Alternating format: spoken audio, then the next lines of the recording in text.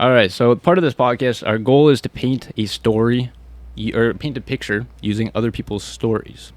Our goal is to make sure that people know exactly what Nunavut is like before they come up here. We're also trying to recruit the right types of people to come up here. So, Jay, let's get to know you a little bit. Let's get to know your background. Where? Let's start from. What province are you from? Are you coming from? I was born and raised in Prince Edward Island, the capital, Charlottetown. I lived there for most of my life. What's PEI like? I've never been there. I've heard a little bit about it. So, I guess the countryside or the layout, the lay of the land would be very similar to what you would see in Manitoba. Very, very flat.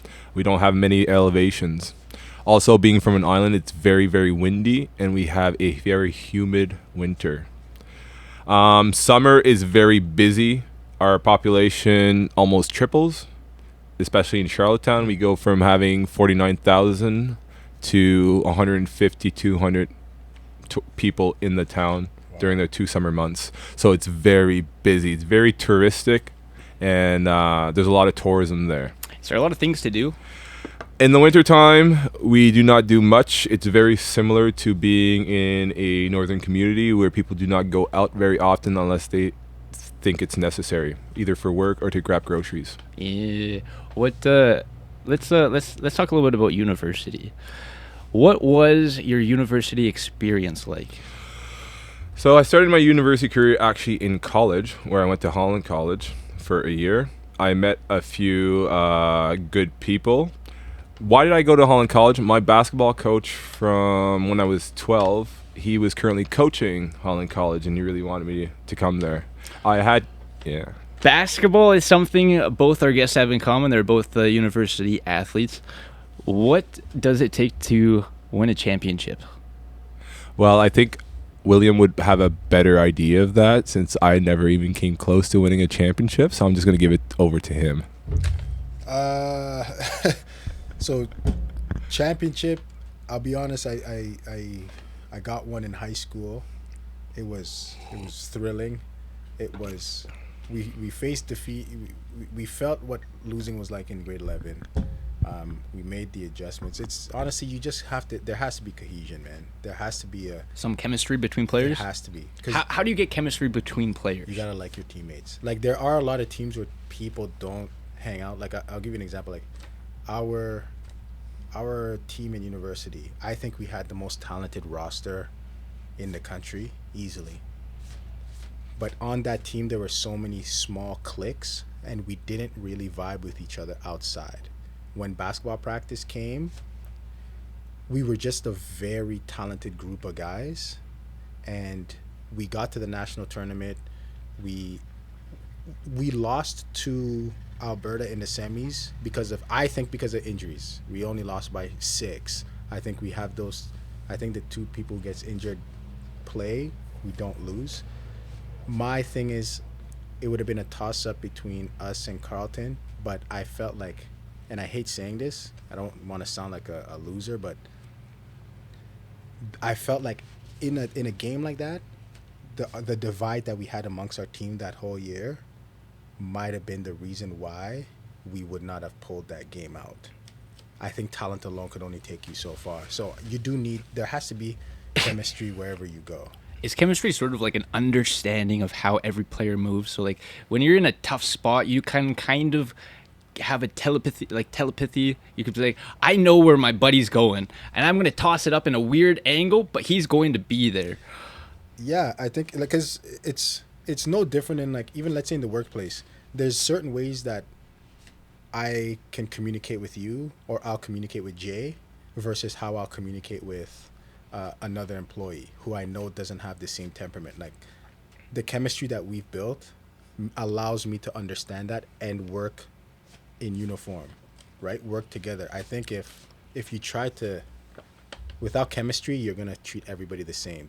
Everything's going to be, you're not going to know who your teammates are. What do you think about that, Jay? So I'm going to have to agree with what Will said. First of all, let's stick on the topic of chemistry. chemistry to me is like building different types of relationship based on that person. Everyone is different. You'll have to have a different type of relationship with them. Somebody that builds good chemistry is somebody who is adept at managing different types of relations and is willing to make compromise for different people based on what those people's needs are to have that relationship. Right. Chemistry is also sacrifice. You have to make Huge. compromise. Yeah. Okay. Going back to what Will said, I had the same experience. I feel like team sports is too focused on individuality, although it's called a team sport. Right. Okay. Interesting. And just recently in another community that I've worked at, I had students that did not know how to play basketball playing against a community that was very adept at basketball, skill-wise. They were a bunch of individuals. We did beat them.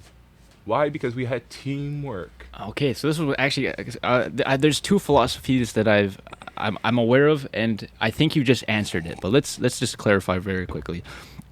When it comes to teams, usually I think the what we're taught is that if somebody is strong in a certain area, they can kind of pick up the slack in an area where someone is weak. That is all dandy, but sometimes it can be stressful for that one team player or whatever. But there's also the philosophy, but I guess maybe that's the philosophy of the best how a team operates. There's also the philosophy, it's a little bit different.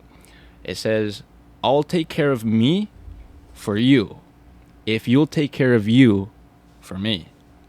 And then so that kind of means like you have to do everything you do to be the best you can be so that the next guy can rely on you.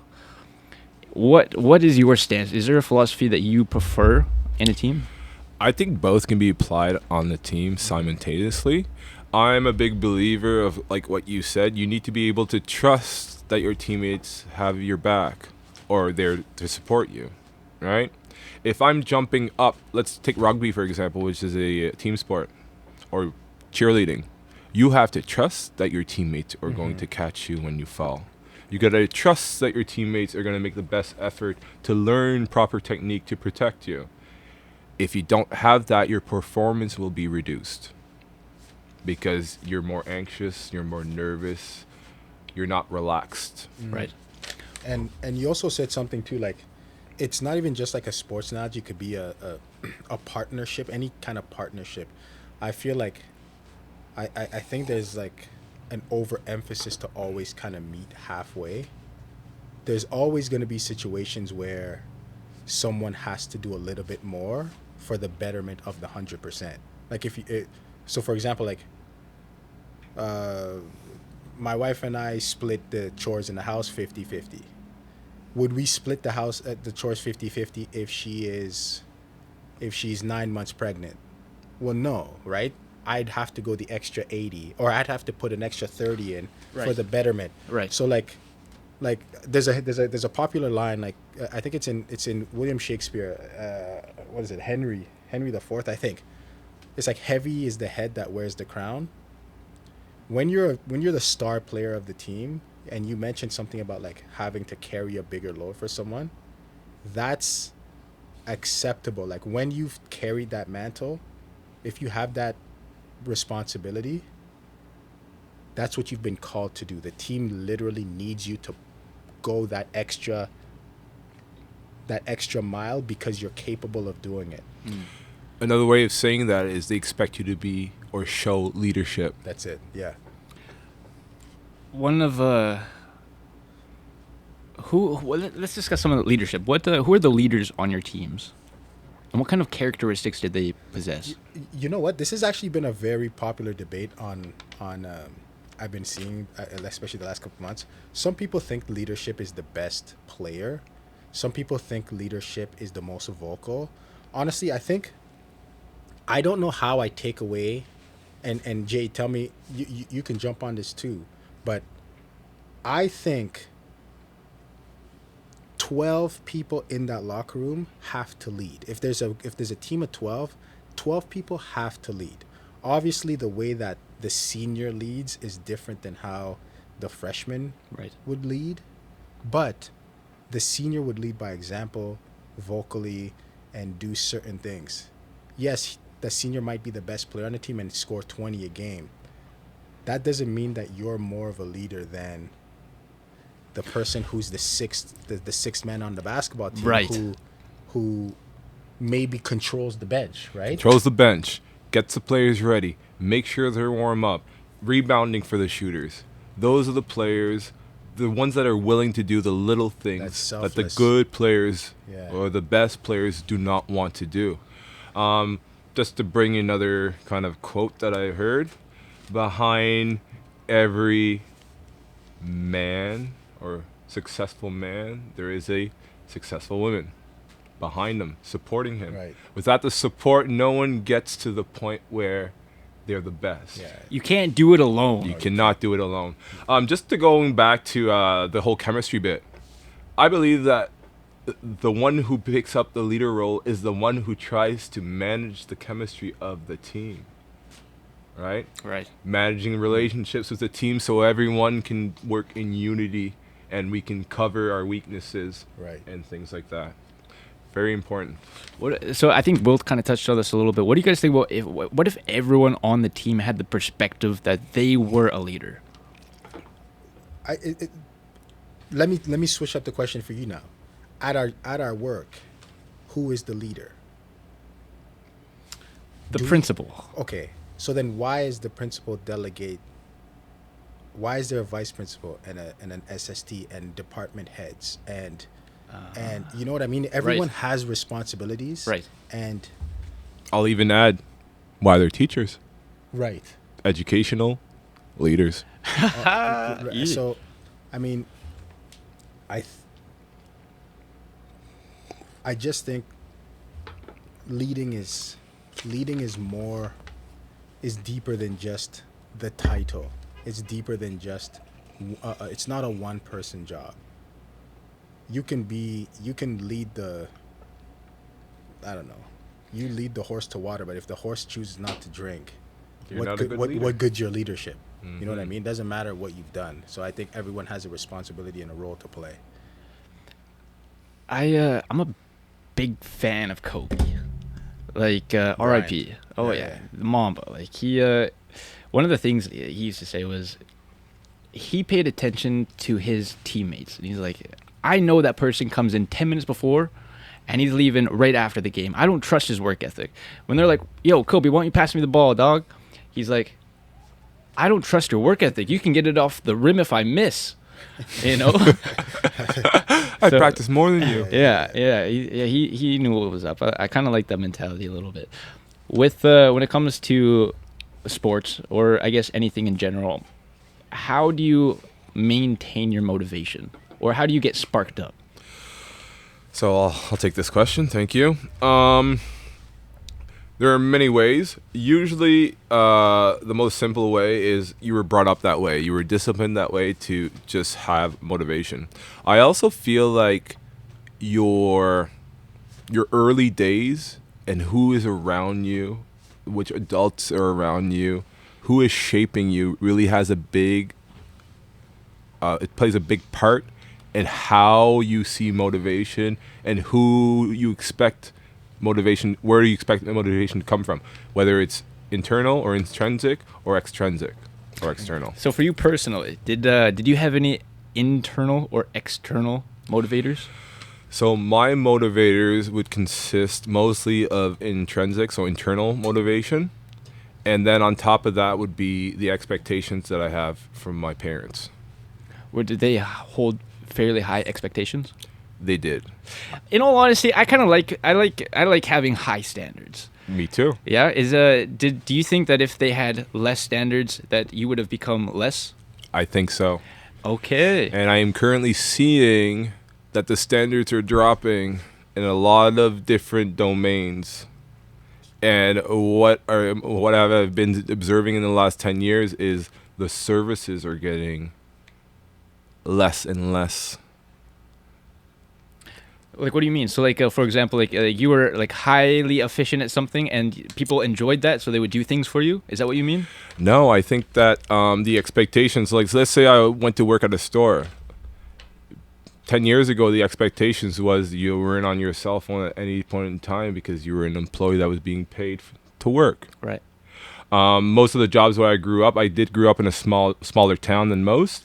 When you were not working, that was not free time. You had to find something to keep yourself busy that would help the business. For example, I served when I was at university. I worked at a diner in the summer. It was a small diner. It was family owned. We did not have janitors. So at the end of your shift, or if you were not busy, you were cleaning up. If the cleanups were done, you were polishing things. If the polishing was done, then you were cleaning the windowsills. If the windowsills were done, then you were cleaning the outside and picking up trash. Where did you work? This sounds like a great place. I worked in Cavendish, PEI at Sam's Restaurant from 2010 to 2012. Busy place? It was very busy. As a diner, Well, compared to like the work you do now, were you constantly working your ass off just to meet the deadline? Like customers are coming in, they're get the dirtying plates, and Buster's got to clear the plates. He got to serve food. I never had a break. This might sound kind of like psychoanalyzing the situation, but I felt like back in the day, like when I was young, you knew where people were based on where the bikes were, right? Mm-hmm. I didn't have the tech to keep myself busy. I had to make my own fun. I had to create the next thing. Do you think that is where we're losing it? Because I feel like so many times, and I hear this, I'm not going to speak for anyone else, but as soon as I have any assignment, and it could be, let's say, 5 questions, trying to be as critical thinking as possible, as many critical thinking questions as possible. But when one is done, it's like, oh, I'm done. I'm like, good. How can you expand this? But it's like, it's lost. It's like, once this is done, It's over. it's done. Yeah. It's like, how do I find, it's like, I feel like it's harder to find your next, create your own, like, see how I was saying, like, we used to create our own fun. How do you create that next thing? And I feel like because nowadays it's like, We want that quick fix. it is. It's just like, we got that quick fix. We're compartmentalized. Oh, I'm here now. Done. Yeah, people Now- hear their alarm clock in the morning. 15 more minutes. But see, the standard now is that we are expected to teach them how to have fun. We're expected to give them ideas on how to have fun. Right. Before, you were expected to imagine how you were going to have fun. We have to demonstrate. How to have fun. Right. Big time. Like, I feel like that was a big thing in our teachers college, where it's like, you have to school was once a like, this is a place of learning. This is a place of learning, right? And it's like it was a lot of people said it was like school killed creativity. Now it seems like we're trying to fight so hard to bring that creativity back. What happened in between here? Like, what do you get what I'm trying to say? 100%. Yeah, I do. We're And I feel like getting there's a clash of educational theory. Like, they just have different theories on it, and there's a large social movement that is happening right now, and I feel like the two systems are not meant to work with each other. You either need to get rid of the old system and implement the social. You're right. Or you need to get rid of the social and leave the system that's in there. So- the systems were not built to be used in unison. 100%. Yeah. I think every educator that is taking courses or at least graduating these days, they know that the current system is failing. Everyone knows that. Quantitative marks, quantitative assessments for real life things, how do you do that? Like, one of the things I've noticed for at least up north is so because we're 50 years behind schedule, it's I think more. probably more. Yeah. PEI's 10. Not too far off. Yep. Welcome to the club. And so it's very difficult to transition to a new system when you don't even have a first system. So even though we're talking about old systems, why would you build old systems? It's 2023. It's because we need a foot to transfer from. But I agree. Yeah, everybody knows. And I'm only saying more. I'm not speaking out of privilege. I actually believe I heard this is from office saying that we are 8 generations behind. 8 generations is a lot. Why do you think? Why are we so far behind schedule? You can put it on a lot of things. You could put it to 3 years of missed COVID. You could put it to social promotions. Social promotions do cause a lot of parents to not have the education that they have to raise their children. What about how far? Like, so residential schools happened probably about, what was that, like Yes, a couple of years ago? I think the latest one was in the 90s, like 96, 98. Does that have an effect? I think for sure. Big effect. Huge. So that's maybe our farthest back problem, and then take onto the account how many professionals do we have up here? Like, so for example, I mean, if you're given a job up here, and you are a professional, your first goal is to get through the day. And there are so many problems happening from the moment the bell starts, from the moment the bell ends. How do you build something in between? Yes. One person at a time. Right. Yes. Big time. You find the people who are willing to listen to you and take your knowledge seriously, and you build them up. So basically what I'm doing right now, I'm in that situation, right? Okay.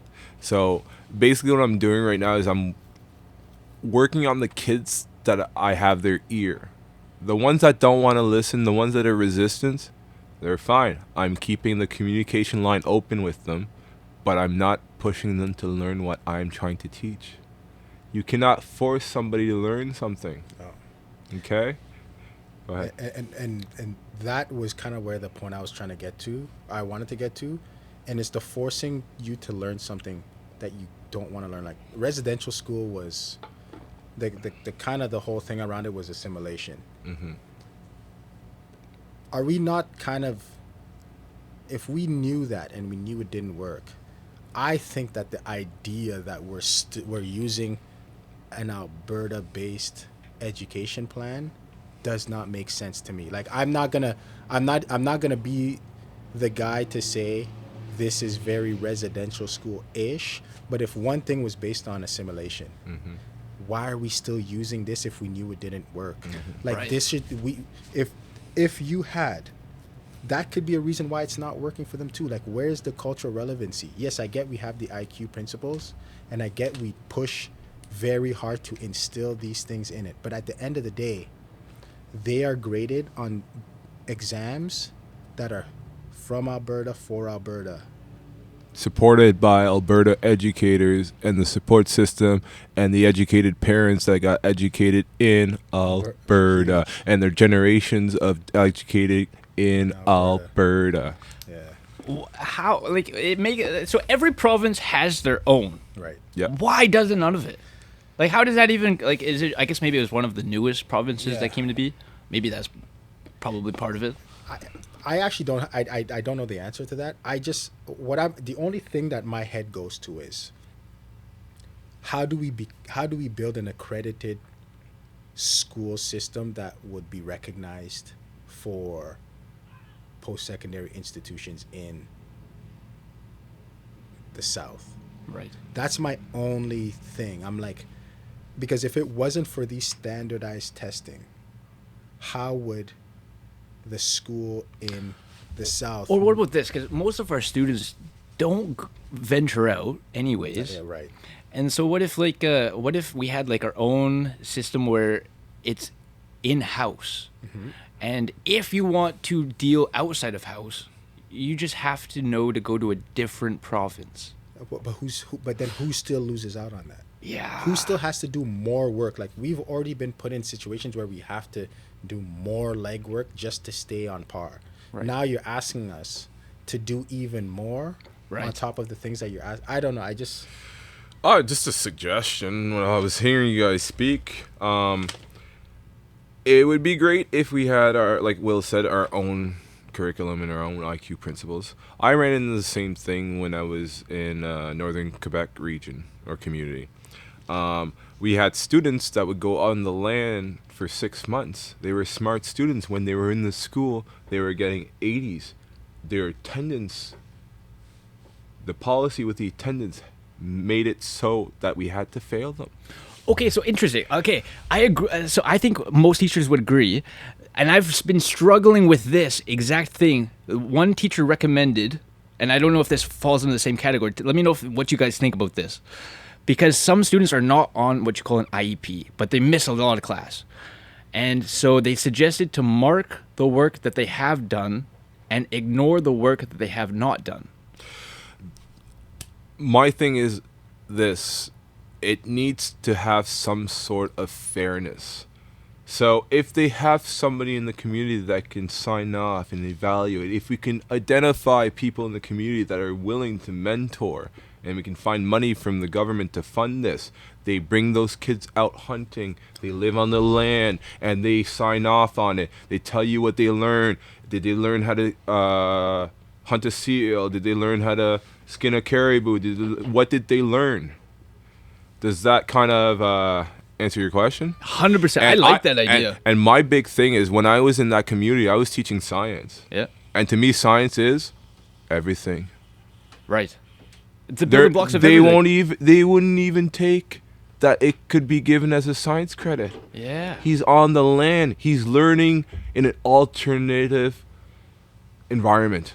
And he's becoming competent. And he's motivated, and he's happy, and he's sharing, and he knows his culture. You're promoting his culture, you're promoting education, and you're promoting kids' well-being. And they're this is successful. and this is what I don't like. Like, so many people are so quick to just throw out, like, oh, maybe they're on an IEP. Maybe, like, let's put them on an IEP. I'm like, do you know what it means to be on an IEP? Like, if you look at, like, now how we diagnose people on the DSMs, the DSM-5, which we're on now, obviously the language of how we call, like, mental disabilities is different. Remember what you used to call mental disability in the 90s? Yeah. That's what an IEP is. We Right. said it in PEI till the 2000s. I'm telling you, right? That DSM-4 called mental illness what we now call today, IEP. right? Right. Which is language that is insensitive. Mm-hmm. That is cognitive disabilities. You can't just say because the kid doesn't know something. The kid has not, the kid, for so many different reasons, maybe their attendance were low, maybe they just don't understand what we're doing. It doesn't mean they have mental delays. And significantly below grade average does not translate into you have a cognitive disability. No, because it does not. Yeah, because how are the same kids that you think have cognitive disabilities outstanding on the land? Yeah, or operating a Honda, Come on. or fixing it up because the oil ran out. How? That's where you lose me, because if it was really cognitive, it would transition into other aspects of their lives too. Exactly. No, you're 100% right. The school is a different perspective that takes. It's a not a good perspective maybe, and man, I lost my thought. What the heck? It's all good. One of the things I did want to bring up that I'm afraid is probably not gonna. It was during the sports conversation. Go ahead. Have you guys? So first of all, when it comes to motivation, when you are unpassionate about something and you just happen to find yourself and you're a workhorse, you just grind yourself, you need to find some ways to motivate yourself. One of the things that I have started doing is ice baths. Yes. Have you done them? I've done ice baths and cold showers for 16 months straight. Okay, so all right, so I guess in our school you'll see a lot of students drinking Red Bulls. You'll see a lot of it, and I know what Red Bull is like. Red Bull is amazing. It gets your heart rate going, gives you some energy, plus a little bit of dopamine. It tricks you into thinking like whatever you're doing. So I understand if you're in a spot where you hate your class, you hate everything, you're drinking Red Bulls, it's not good. I get where they're coming from, but the alternative potentially could be ice baths. Do you think we could ever introduce? So I mean, I'm getting off Red Bulls myself. I wake up at 4 a.m. every single day, and I hate it. It sucks, but and so I drink Red Bull. It helps me go in the morning. I'm starting to do ice baths. And I have to go hard with the music, the rock and roll, and I go really slow at first. It's feet first, just the legs, and after my rock and roll song this morning, Hallelujah started playing, that beautiful one from my class. Yeah. I gotta get that from you actually, because I remember listening to that. It was unreal. I was honestly it actually worked. Yeah. It was fine with the ice bath. It was all right, but I feel so good when I get out of the ice bath, and I swear the students could benefit from it as well. Is there a place for ice baths in the school? Not sure. However, a good alternative for ice baths is just cold showers. Oh yeah, okay. Yeah, it's almost as similar as ice baths. You don't get the whole instant shock, but the water that keeps reapplying your skin is always freshly cold. Right. So it never warms up. You'll get your cold shock proteins, your endorphins. Mm-hmm. Okay. Yeah, go ahead. No, go finish what you're saying. I'm a big fan of ice water therapy or cold water therapy because it has many benefits. I've observed and felt many of those benefits. I kind of feel a little bit sad that I've kind of gotten away from it, but also what it teaches you is mental fortitude, mental discipline, and mental fortitude, and that in itself is already a big win. Because you're starting your day doing something that sucks. Mm-hmm. I to answer your question, I just don't know how you implement that. It would have to be a crazy idea. It would be almost Everyone like, get in we need 300 ice baths. Get in. It's 8:00. Yeah, because like, man, we'll do phys ed. Yeah. Kids will do phys ed in the same clothes that they wear to their next class. I got 2 kids in cold showers now. Really? Do you? Shout out Jay. Yeah. Oh, how did you manage that? How did you persuade their young minds? Well, first you have to give them confidence that you know what you're talking about.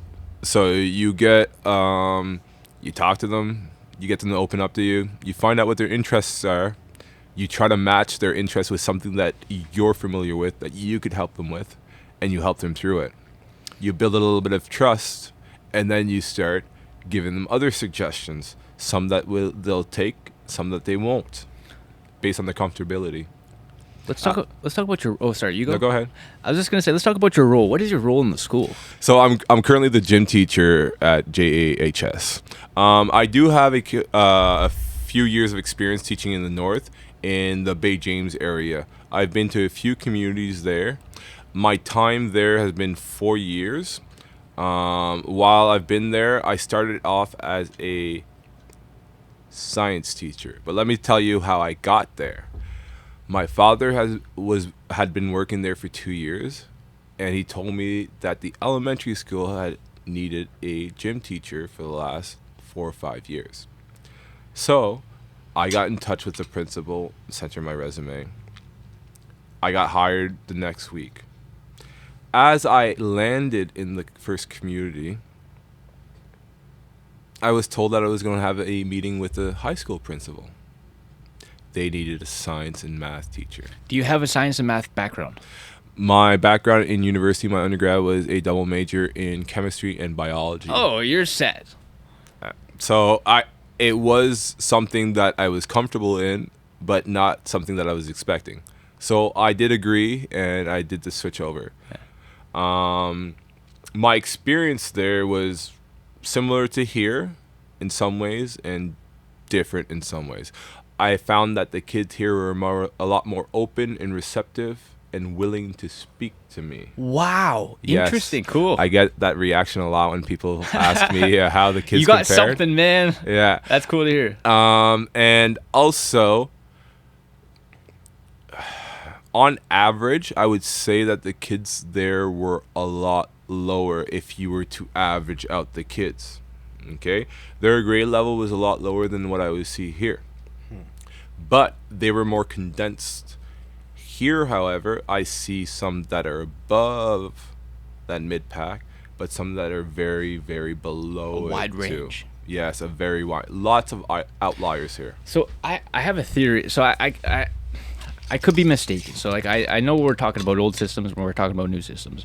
I have a philosophy for the old system, and it involves gates.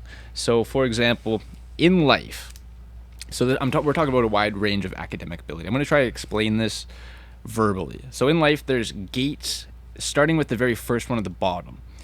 Normally, you go through gate 1, and then you go through gate 2, gate 3, and then eventually you end up at grade 12 going through all of the gates. Mm-hmm.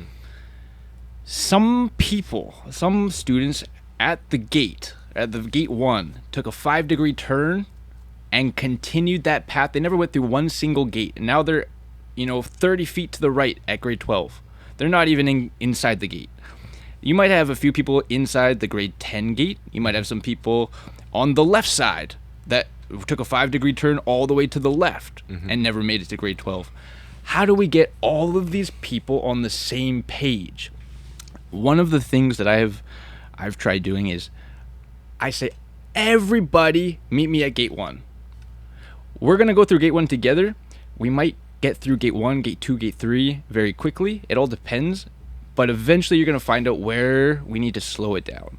But the only way, in my opinion, and people up here do not like going to gate 1. There's a lot of people in the north that stick to the grade 12 gate. No matter what, they stick with lectures, they stick with, things that should work if you're dealing with people that went through all the gates. But all the time, it just doesn't work, and they can't figure it out for some reason. What are your thoughts? I don't know. I think there's a reason why we put things like, you focus on different forms of literacy, you want to balance out the literacy. You want to look at, even in Maslow's hierarchy of needs, a lot of times what you're basically explaining is people stick to the lowest form every time. It's like, well, it's the easiest thing. It's what gets them there, right? In a situation where school systems don't hold you back until what grade, you can't actually feel the impact of of not meeting the grade 6, I think. It might even be grade 9. Here, 6 or 9, whatever it is. It's like, well, if I know I'm just gonna get moved through, or they're just gonna get moved through, and we keep, assessing them on this very low graded level, grade level way. It's just, I think that's where we do ourselves a disservice.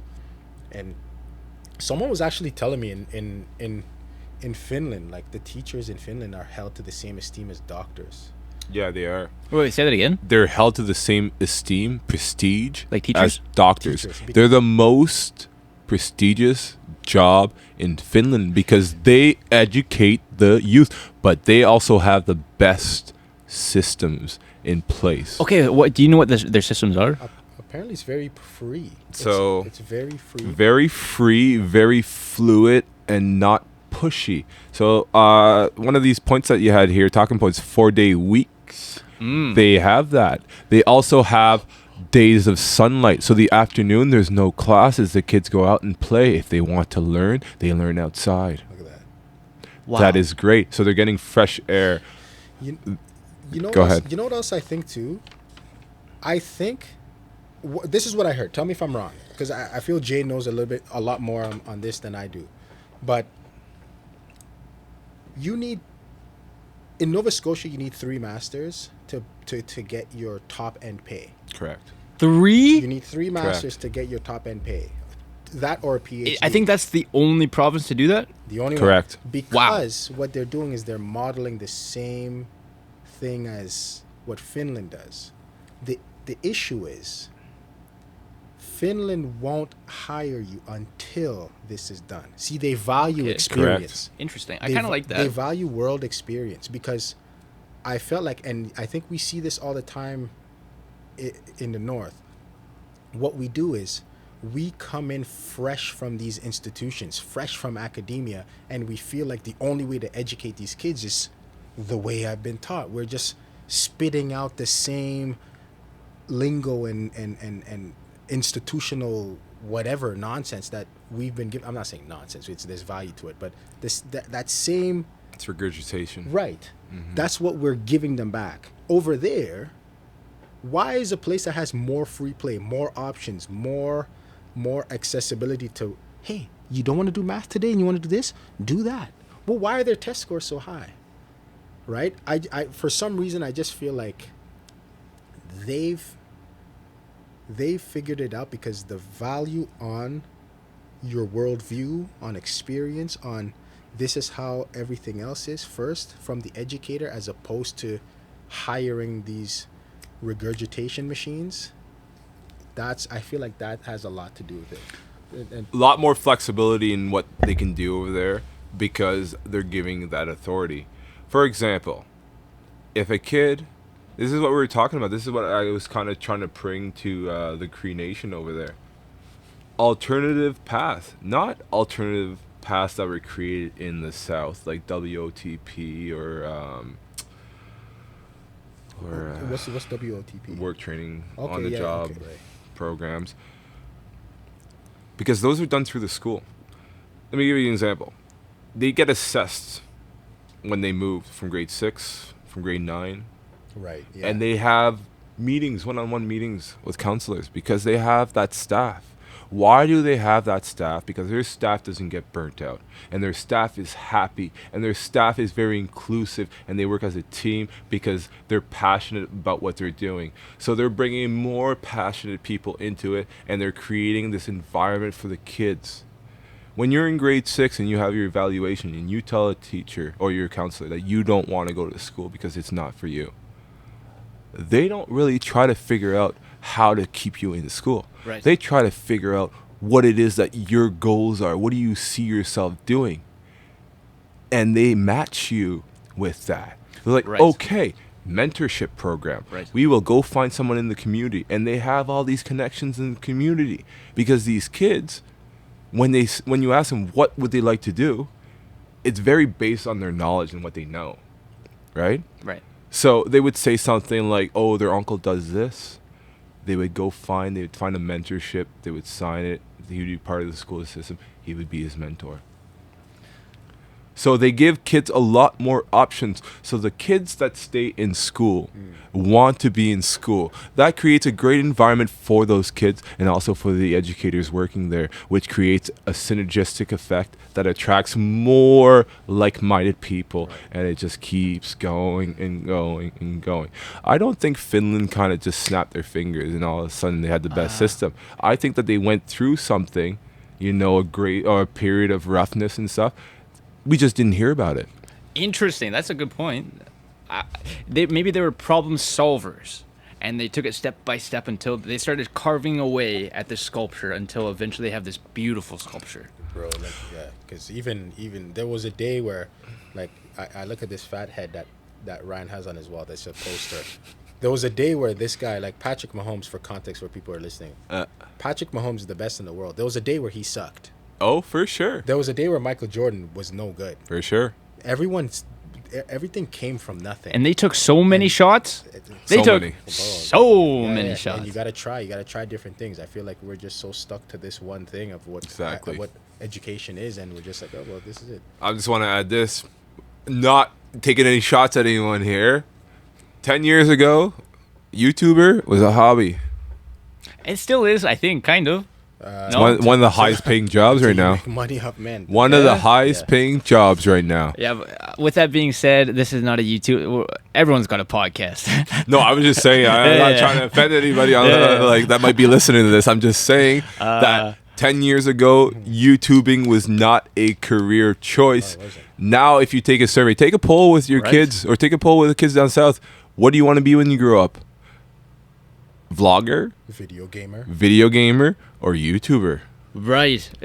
This was like 6 years ago, so I don't know if TikTok was really around back then, but I'm sure now kids would like to say that they'd want to be TikTokers. Are we getting old? I am very old, and I feel old. Yeah, what sucks about the system that we currently have is that, so with students currently in high school, I'm constantly getting Facebook ads. And I'll tell the students as a way of motivation, I'll say, I'll add you when you graduate. Mm-hmm. And then so once they graduate, there's a couple of cool people that I've added. There's a few obviously that I've not accepted their friend requests just based off of their personalities. But anyways, one of the ex-graduated students they shared one of our students' posts, and I was so disheartened by it. She was like, she said, "School makes you feel like a failure," and I was like, "What?" Like, we should be doing everything we can to make sure that not only do they have some success, but you should feel competent to continue the journey, not just feel like it's an obligation that makes you feel like, not so good.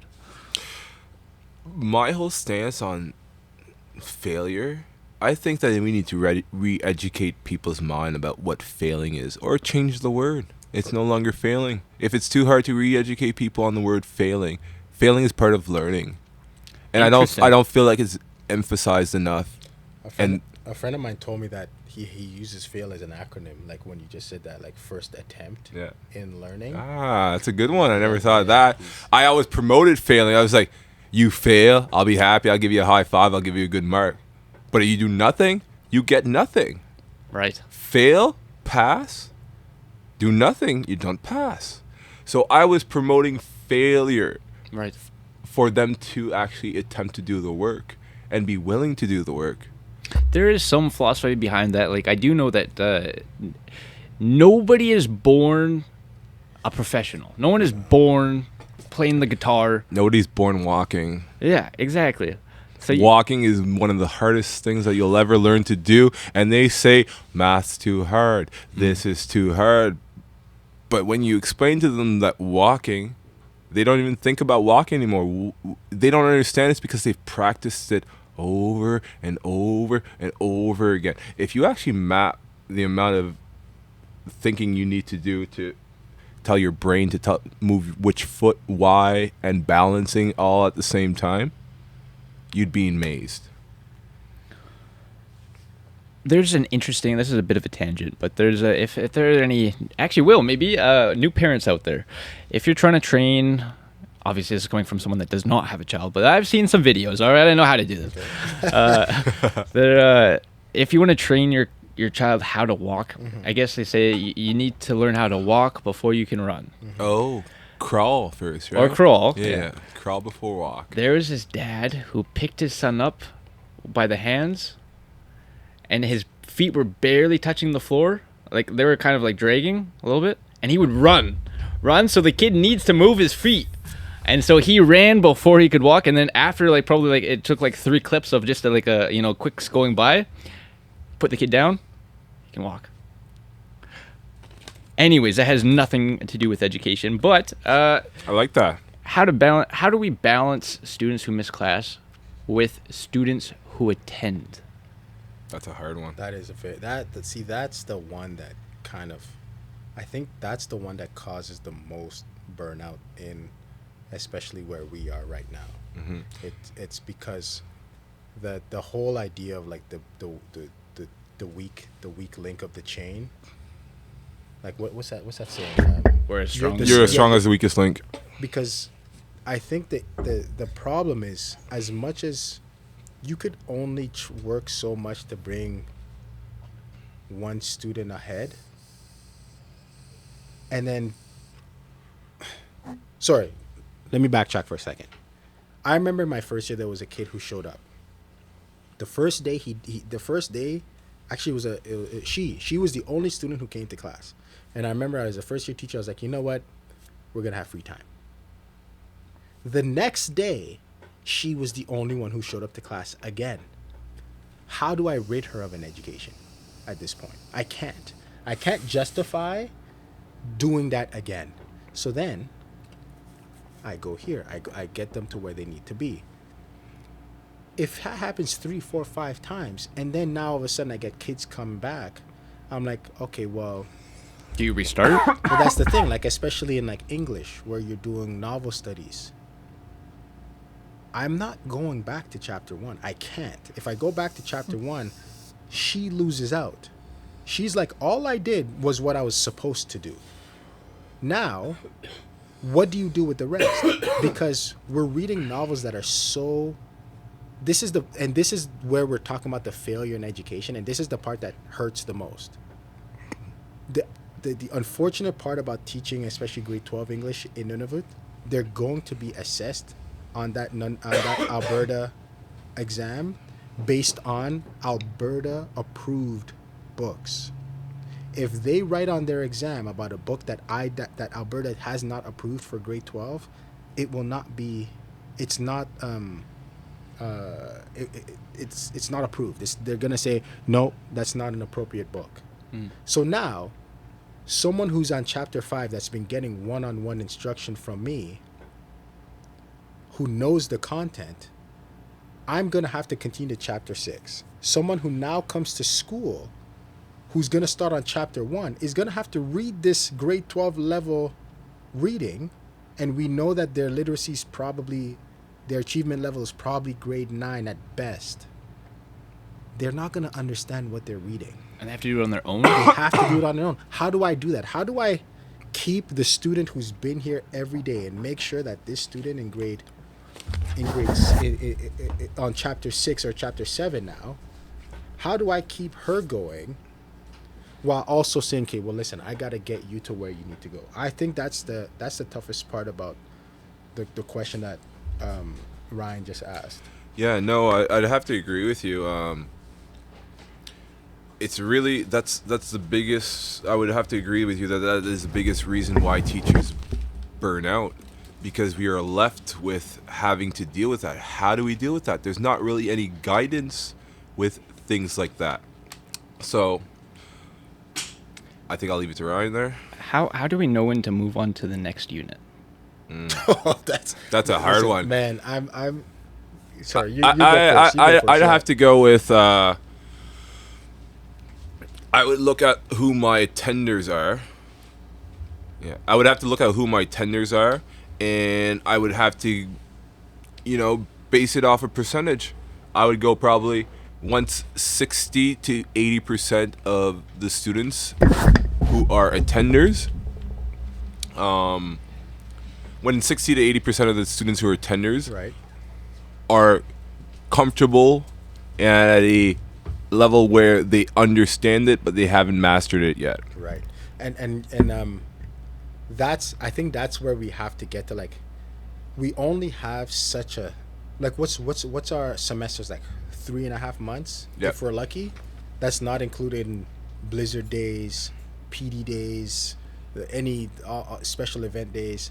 We have 3 months to get them to get through 4 or 5 mandated sections of the curriculum. I know that on one section it's like short stories or our essay writing. Although essay writing we tried to push throughout the whole semester. If I said, okay, essay writing is going to be a topic, you're not going to teach a student who doesn't really understand the language how to write an essay in 3 weeks? You can't. It can't. So I think that's the tough part, where it's like you kind of have to sacrifice some, but it's like, or or instill things throughout the whole year. Like essay writing, we practice that throughout the year, so we don't make that a topic. But like something like short stories, they're small but they're dense. Mm-hmm. And you have to understand all the literary devices that occur in short stories. That is very difficult for a lot of them too, but because of what they need to complete to make sure that they could even stand a chance on their examinations, it's like sometimes you feel rushed. I hate that feeling. I hate the idea of moving on without that that mastery or that understanding of it. So Ryan, that's a tough question, man. Ryan, let me ask you a question. Hit me. How do you feel about sending students unprepared into those exams as a teacher? I'm fortunate enough, like, where I think I'm one of very few math teachers. When it comes to their exam, my students are taken care of. And the way I do it is, so first of all, it's a very slow process, and I give them, here's what I do. Let's pretend I'm teaching area and perimeter. Mm-hmm. Most of the resources that we're given or we find online are mixed problems. So they have find the perimeter of triangle, find the perimeter of square, find the perimeter of trapezoid, all on one worksheet. That's too much for our students. So what I have done is I have isolated those skills into a single worksheet. And I'm talking about old systems. I know we're trying to get away from old systems. However, this is one strategy that I find that is functional. And so I'll teach perimeter of a square for an entire period. And they work. So it's a very small skill. I teach for about 2 minutes, and then they work. As we go through this unit, I give them a cheat sheet. So if a student comes, late, or if they come halfway through the unit, I give them the cheat sheet. And I show them how to use it. So I say, all right, we're on area, so it's on this side. Perimeter's the other side. We're on area right now. Find your shape. Where's your shape? Oh, we're on trapezoid. Okay, you found your shape. Right below it is your formula. Write down your formula. Next step, you see where it has, this symbol? That's represented by this number right here. When you see the symbol, you're going to write this number. And then you continue times, and then whatever the formula says. And then when it comes to the exam, I just point them in the right direction. I say, all right, is this perimeter or is this area? Oh, this is perimeter? Okay, so you go to your perimeter side. Okay, good. And what does perimeter mean again? And it says the definition right at the top. Oh, add all sides. That's how simple the definition has to be for these students. And so I've seen a lot of teachers come up here, and they are helping their students through the entire exam. I need to have my students with a little bit of independence. Yeah, so I had a little experience in northern teaching, and I found that the best technique that work is very similar to yours. Although people like to call it rope learning, it's drills. Right. Repetition. You're giving them their self-help tools. You're teaching them how to use their self-help tools, and you're getting them to run through drills through repetition. They'll eventually start asking questions. They'll start seeing it more often. You expose someone to an observation enough times, they'll start asking questions, start trying to figure out what's actually happening. And that's where the curiosity comes, and that's where the motivation comes, and the seeking of the knowledge for those topics.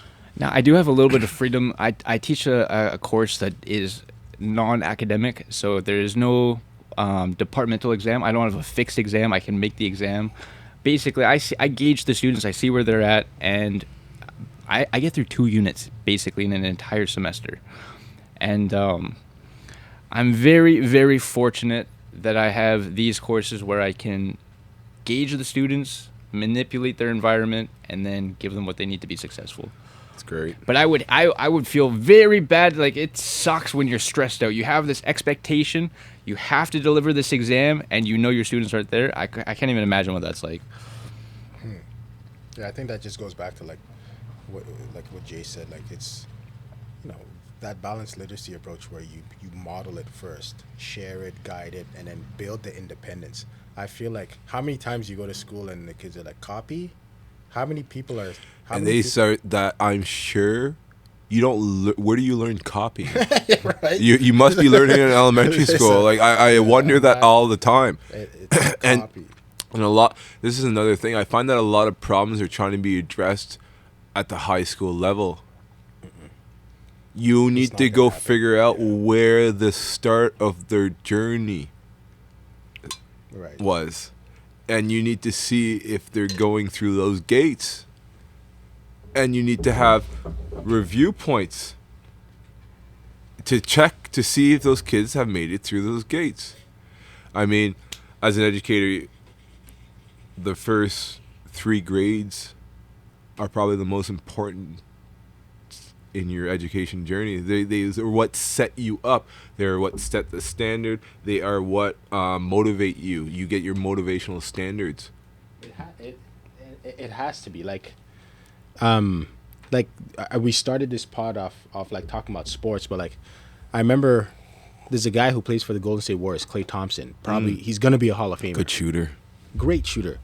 And he said when he got to the NBA, Steve Kerr, when he thought he was going to learn these elaborate schemes and drills, he had them doing footwork drills. Yeah. That's basketball 101. Yeah. But even on the Basics. highest level, they were teaching the basics, because without those basics, you're done. You don't have a good base. Nothing. You're done. And you're only good as your base. It kind of goes back to the you're only as strong as your weakest link. Well, if your base is not strong, your building will collapse. And does it also like have to do with like you gotta grind every single day. You gotta do so. Like when people are out partying, when people are out doing the fun stuff, you gotta be doing the basics. You gotta be doing those drills. Okay, I know this is a lot of people.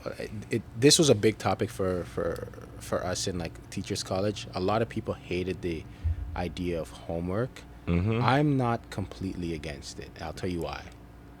I grew up playing the piano. There is. Do you ever read that book? Not George Orwell. What is it? The 10,000 Hours. Nope. What the heck? Who wrote that? It'll come to me. It's slipping my Sounds mind. like a good book. But he talks about how 10,000 hours Makes is you the master. number. Yes, is the mastery. You're not going to get 10,000 hours in this School. classroom setting. You're not. If I went to practice only, there is no way I would have been playing basketball outside of high school. None. You have to Put in the additional time. You do, and that's where that's kind of like what I was trying to explain. I guess every workforce is like that. My coach used to say that the best shooters are pale because they give up their summers staying in gyms shooting. So that's just to add a little bit to that. God, big time. I agree. Yeah. Also to add on that, like I did mention before the podcast start that I was very, very structured. Like I had a structured upbringing, and when you asked me how my university went, I kind of chuckled because Was it a good experience? it was an easy experience. I breezed through it. Why? Because my base was so strong. I couldn't even conceptualize how people were struggling in these because it wasn't my reality. What age did you go to university? I went to university at the regular age. I went Like right after high school? Yeah, when I was 18. Wow. However, That's not usual. Like most people, when they go right after high school, it's a struggle for them. yes, but like I was telling Will, Yeah. I went to regular school and I was homeschooled on top of that. So when I was in grade 6, I actually graduated grade 13. My parents are both educators and teachers. Wow. My mom had the emotional social support, and my dad had the discipline and the hard courses or the hard subjects. All right, so let's just take a look through your life. Maybe this is why you have such a hard work ethic. How much free time did you have? 30 minutes until I was 16. And between 9:30 and 10, and that all depended on whether or not I was in trouble or not, because I'd have to go to bed early. And by the way, so the guy's name was Malcolm Gladwell. Okay. Malcolm Gladwell. Gladwell, the Outliers. Mm. So I think what Jay had, Jay clearly surpassed the 10,000 hours. Yeah. 10,000 hours Yeah. of drilling. Yeah. And it was very diverse. There was a variety of things. I did jazz and hip hop dancing. I did tap dancing, Acadian.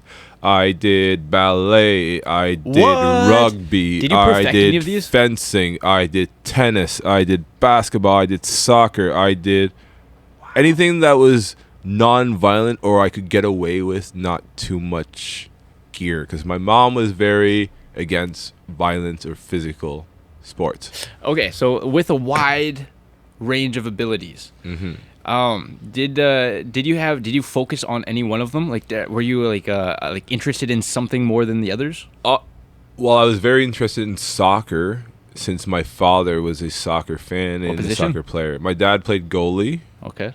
and we started playing soccer as soon as we were walking. So that was a sense of pride that I had and that I had learned from my father. That's why I was more attached to that. But until I was 16, I didn't really have a preference in sports. I just did all the sports. Right. Because what I liked was in sports, it was competing. One of some of our we got about 9 minutes left of this podcast. Yep, I gotta start cooking pretty quick here. All right. Some of our students indulge in snuff. Yeah. It is a school. Actually, I would say it's part of a called the tobacco. Tobacco is sort of a First Nation sacred We call it cha. cha. Who calls it cha? Us Islanders. Yeah. Cha and chew. Yeah, or chew. Yeah, that's another thing that we have up here. What are you guys? So it's built into this culture. It's very difficult. So one of the things as a teacher up here, I pick my battles. I probably 50% of that slide. And the reason is because when I do enforce things, the students kind of know, okay, he's actually serious about this one. When it comes to snuff, Right. when it is a school rule, it says do not, and I guess in COVID we really did enforce it a lot more. What are your guys' takes on snuff? How do we... Whether it was a school rule or not, I would implement it as a class rule. Just like Red Bull, I don't want to see Red Bull in my gym. I don't want to see it in class. You want to drink it outside of my vision. Cool. Because I will say something. If it's in my class, I will tell you to pour it out or throw it in the garbage. That is basically my stance with snuff. But I also find that a lot of the kids and the adults that I talk about or talk with about snuff don't actually know what it does. No, They have no idea. It's a feeling that they get. It relaxes them. It curbs their anxiety. Whatever the reason they like to do it, but they don't understand what it's doing to their bodies. I kind of just gently said, "Oh, you like cutting your lip up?" And they kind of looked at me. I was like, "That's what it does. How do you think you get the nicotine in your blood?" And they're like, "What?" I was like, "Yeah, there's glass in it." And they were shocked. And they were looking at each other. I don't know what they were saying because they were speaking in a different language. But the tone of voice seemed like they were really worried about what I was saying. Right? And you tell anyone who's addicted to whatever they're addicted to that it's a negative. How often do you get like an Positive epiphany? response. You know, how often is it like, oh yeah, I'm gonna change? You know, Right. I got remember what you were gonna say. I just want to throw this in real quick. Like this is literally yesterday. I saw a parent walk in with their how old was this kid? How old are you in grade? How old are you in grade 4? 4 + 5, 9. So 9 years old. Kid had a wad of snuff walking right behind his dad at 9 years old. Wow. So it's like, this is not me speaking with any judgment. What I'm saying is, how do you police it? Because that kid didn't get it off the streets. He was literally walking behind his dad. How do you police it and win that battle when that is a reality, right? You see a lot of signs too, like tobacco will not be a part of our culture. Like they're campaigning a fight against the Inuit and Indigenous against the tobacco and liquor company, but the reality is it is an issue. It is something that's happening, and it's like, how do you win that? They're very skillful at hiding it, though. I'll tell you that. Like that's the thing. As long as I don't see it, I can't go and can't tell every kid, hey, open your mouth, let me see if you have snuff. You know what I mean? Like, I'll be on the next flight. Maybe with RC. But no, but it's just like, I don't know. That's a tough one, man. It is. No, go ahead. So it's hard. So when you analyze this entire situation, one of the problems you can kind of see, like one of the effects is the teeth. Like, so we have we have 2 girls that fly in from time to time, and every 3 months. Every 3 months, and I don't. In a town when you have 2,000 people that have a chronic problem, we need the best of the best full time. We don't have that. We don't have that. Not even close. I guess that was a full stop. Okay. I do have another point with tobacco, but I don't know if this has anything to do with. I could be reaching, like way reaching, but I heard that dentistry actually has the highest suicidal rates of every They career. do. Well, really? It's a high stress. It's a high stress. What? So now you have Why? ask the dentist. I'm just telling you what I hear. Okay, fair. But yeah. I'm assuming it's the stress. People You're- care about their teeth, and you mess their teeth, they threaten to sue. There's a lot of like responsibility. There's a lot of lawsuits and a lot of a liability lot of people too. go into private practice right away. Their debt is Massive. maybe nearing the millions. So now you have someone who has that type of debt, Right. that type of stress, Mhm. coming to.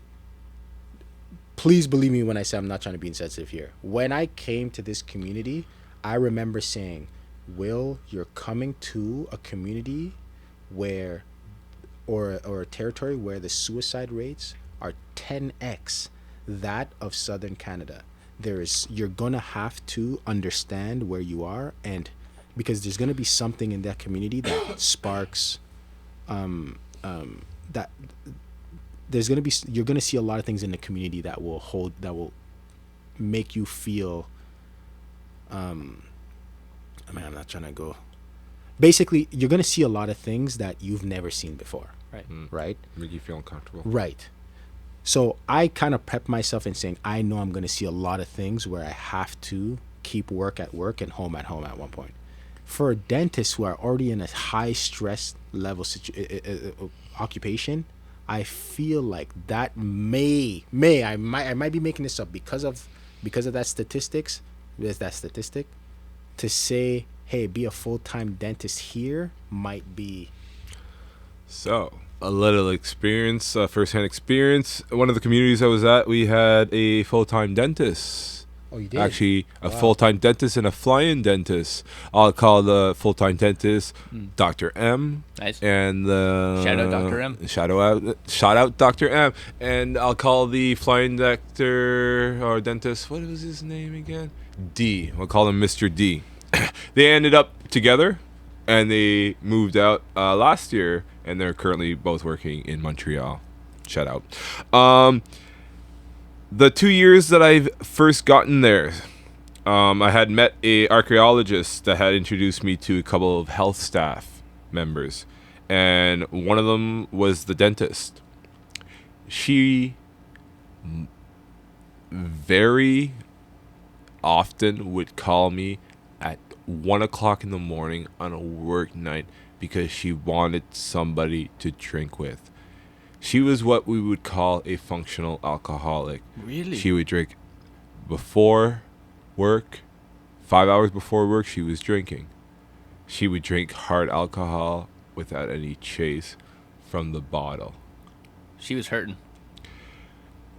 It was for the entirety of her duration there, that's how she was. She would go into work and she would drink. She would go into work and then she would drink. And it did not look like she was very relaxed or calm at any point in time. Always stressed out. Always complaining. That's not sustainable. Always worrisome. Burnt out. She needs an ice bath. She did.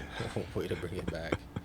There, with the tobacco, there's been some positive cases. Obviously, with cigarettes and like most snuff, it contains a ton of extra chemicals. But I've heard nicotine itself has a lot of good positive properties for the brain function. Yes, I've heard that as well, but I can't really elaborate on it because I haven't really dived into it. Right. There's some people that there's some psychologists that will chew nicotine gum because they say it builds their dendrites. It prevents Alzheimer's. Very crazy. But let's finish off with this last point. Jay, what is it like being a new teacher at this new school? Well, if you would have asked me this question last week, I would have answered. I feel like I know. It's nice. I had a nice welcoming party. Everyone seems nice. The students were very welcoming. And yeah. But if you were to ask me that as of now, well, This week was a little hectic. I had a little couple extra hours of meetings that I did not expect to have.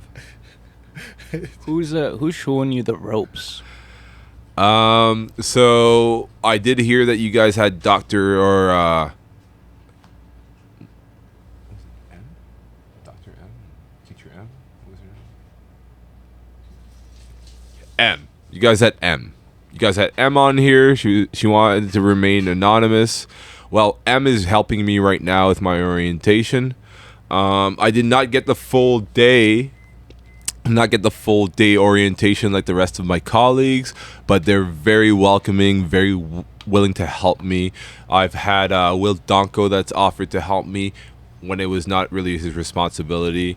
I've had Ryan come offer his services. I have had B Money. I'm just going to say B Money because I don't know if he wants to remain anonymous. Some of you might know who B Money is, some of you might not. Just to say, a lot of my colleagues have been very supportive of me. Now, I would have liked a lot more time to kind of get to understand the systems, maybe a little bit more orientation on how to use those systems.